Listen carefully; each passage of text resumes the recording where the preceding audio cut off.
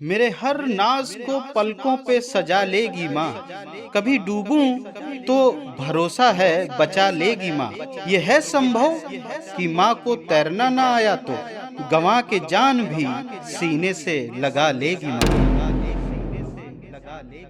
जबलपुर के बरगी डैम से आई ये हृदय विदारक तस्वीर चीख चीख कर उस ममता की कहानी कह रही है जिसने मौत की आगोश में भी हार नहीं मानी। दिल्ली की उस बदनसीब माँ ने अपने आखिरी सांस तक अपने 4 साल के मासूम को कलेजे से लगाए रखा, मानो वो यमराज से भी लड़ जाना चाहती हो। जबलपुर के शांत पानी में सैर के लिए निकला ये क्रूज चंद लम्हों में जल समाधि बन जाएगा, इसका अंदाजा किसी को नहीं था। गुरुवार को हुई इस भीषण त्रासदी में अब तक कुल 9 जिंदगियां खत्म हो चुकी हैं। लेकिन शुक्रवार की सुबह को जब बचाव दल ने इस माँ बेटे के शवों को निकाला तो वहां पर मौजूद सबकी आंखें नम हो गई। गहरे पानी के अंदर भी उस माँ की ममता का घेरा टूटा नहीं था। बेटा उस वक्त भी अपनी माँ के सीने में बिल्कुल उसी तरह चिपका था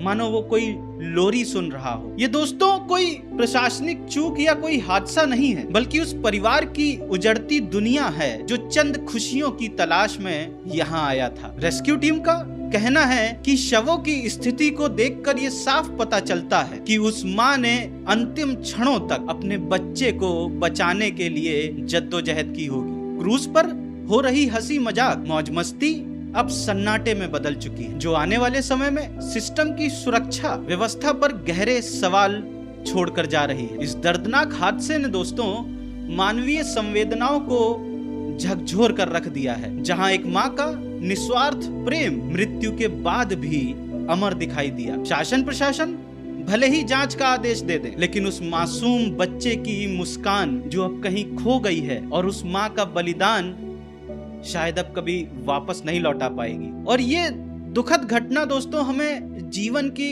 निष्ठुरता और माँ बेटे के उस अटूट बंधन का साक्षात्कार करवाती है, जिसे मृत्यु भी दोस्तों नहीं तोड़ सकी। और कल से जब से मैंने इसके पहले वाला वीडियो बनाया है, मेरे दिमाग में और कुछ नहीं घूम रहा है, केवल ये तस्वीर घूम रही है।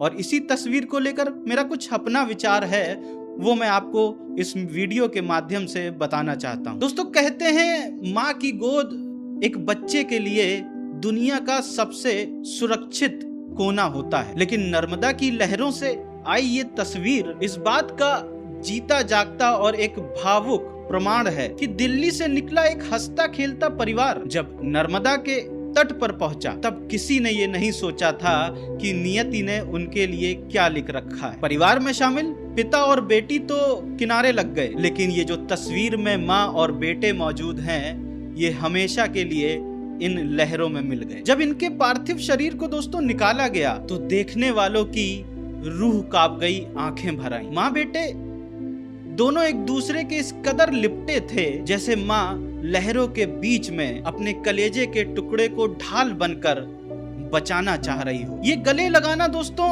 मात्र एक शरीर का जुड़ाव नहीं था, बल्कि वो उस अंतिम क्षण की गवाही थी जहां एक माँ ने अंतिम क्षणों तक अपने कलेजे के टुकड़े अपने बच्चे का साथ नहीं छोड़ा। अक्सर हमने सुना है कि मौत सबको अलग कर देती है, लेकिन इस घटना ने दोस्तों ये साबित कर दिया है कि माँ का प्यार भौतिक सीमाओं से परे है। माँ की बाहों में लिपटा वो बेटा शायद अंतिम क्षणों में भी डरा नहीं होगा, क्योंकि उसके पास उसकी दुनिया, उसकी माँ थी। धन्य है वो बेटा जिसने ऐसी ममतामयी छाव पाई, और धन्य है वो माँ जिसने मृत्यु की गोद में भी ममता की मर्यादा को अमर कर दिया। लाइफ के जो अनएक्सपेक्टेड चीजें हैं, ये घटना हमें झकझोर कर याद दिलाती है कि जीवन कितना क्षणभंगुर है। हम अक्सर सोचते हैं कि कल हम ये करेंगे, कल हम वो करेंगे, हम कल की योजनाएं बनाते रहते हैं, लेकिन हम ये बिल्कुल नहीं जानते कि जो अगला पल आने वाला है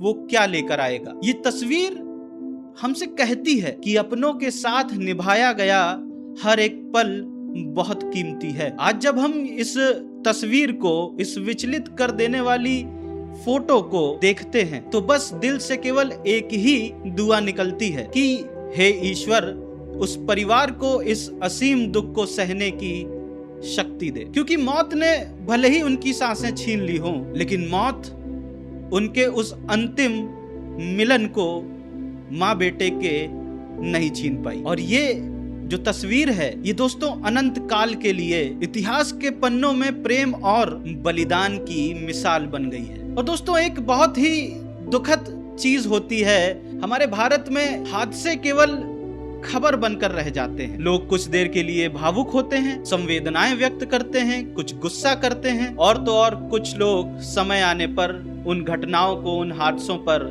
सियासत भी कर लेते हैं। लेकिन जो सबसे जरूरी काम है हम वो नहीं करते। वो जरूरी काम क्या है? सीखना। और ये सीखने का काम ना तो तंत्र करता है और ना सरकार करती है और ना ही ये काम हम लोग करते हैं। हम दोस्तों भूल जाते हैं, और जब कोई घटना होती है तो हमें उसकी याद तब तक बनी रहती है जब तक कोई दूसरी घटना नहीं हो जाती। क्योंकि आंकड़े बताते हैं दोस्तों, भारत में हर साल लगभग 4.5 लाख लोग हादसे में अपनी जान गंवाते हैं। और गौर करने वाली बात यह है कि इनमें से लगभग 2 या 2.5 लाख मौतें ऐसी हैं कि जिन्हें प्रशासनिक तंत्र की सावधानी से और व्यक्तिगत सजगता से टाला जा सकता था। और ये संख्या ये दोस्तों साफ करती हैं कि जो 50% मौतें हैं वो कोई संयोग नहीं है, बल्कि मानवीय लापरवाही का परिणाम है। जहां खराब सड़क, इंजीनियरिंग और भ्रष्टाचार के कारण होने वाले हादसे के लिए प्रशासनिक जो जवाबदेही है वो पूरी तरह शून्य है, वहीं समाज के तौर पर हमारी नागरिक चेतना भी नियमों के प्रति उदासीन है। और जब कोई दोस्तों हादसा होता है तो हादसे के बाद मुआवजे का ऐलान करना एक रस्म की तरह हो गई है। लेकिन असली सुधार दोस्तों सीखने से आता है, जो फिलहाल हमें सारे पक्षों से देखने में नदारत मिलता है। हम एक ऐसे रिएक्टिव लूप में दोस्तों फंसे हैं जहां पुराने सबक नए हादसों के शोर में दब जाते हैं। जब तक सुरक्षा को अधिकार और नियमों को कर्तव्य नहीं माना जाएगा, तब तक ये तंत्र बेकसूरों की बलि देता रहेगा। और इन 2.5 लाख लोगों की जिंदगी बचाने के लिए केवल संवेदना ही नहीं, बल्कि व्यक्तिगत जिम्मेदारी और प्रशासनिक जवाबदेही की दृढ़ इच्छा शक्ति चाहिए, वरना इस तरह के हादसे होते रहेंगे और लोग संवेदना व्यक्त करते रहेंगे। और दोस्तों सच कहें तो इस हादसे में ममता नहीं डूबी है, बल्कि सिस्टम डूबा है। और इस बरगी डैम हादसे में सिस्टम की जो लापरवाही थी उसकी पूरी तरह पोल खोल दी गई है। और ये क्रूज हादसा दोस्तों मात्र एक त्रासदी नहीं है, बल्कि उस सिस्टम की नाकामी का आईना है जो हर बार चेतावनी के बाद भी अपनी आंखें मूंद लेता है। 29 साल की एक माँ अपने 4 साल के बेटे को अपने सीने से चिपकाए मृत मिली। आखिरी सांस तक अपने बच्चे को बचाने की कोशिश में इस सो कॉल्ड सिस्टम की बलि चढ़ गई। और जब इनकी मृत शव बाहर आए तो जो वहां पर मंत्री थे वो तक दोस्तों फूट फूट कर रोने लगे। मंत्री ही क्यों, वहां पर जितने लोग थे सब के दिल फट चुके थे। इस तस्वीर ने सबको झकझोरा।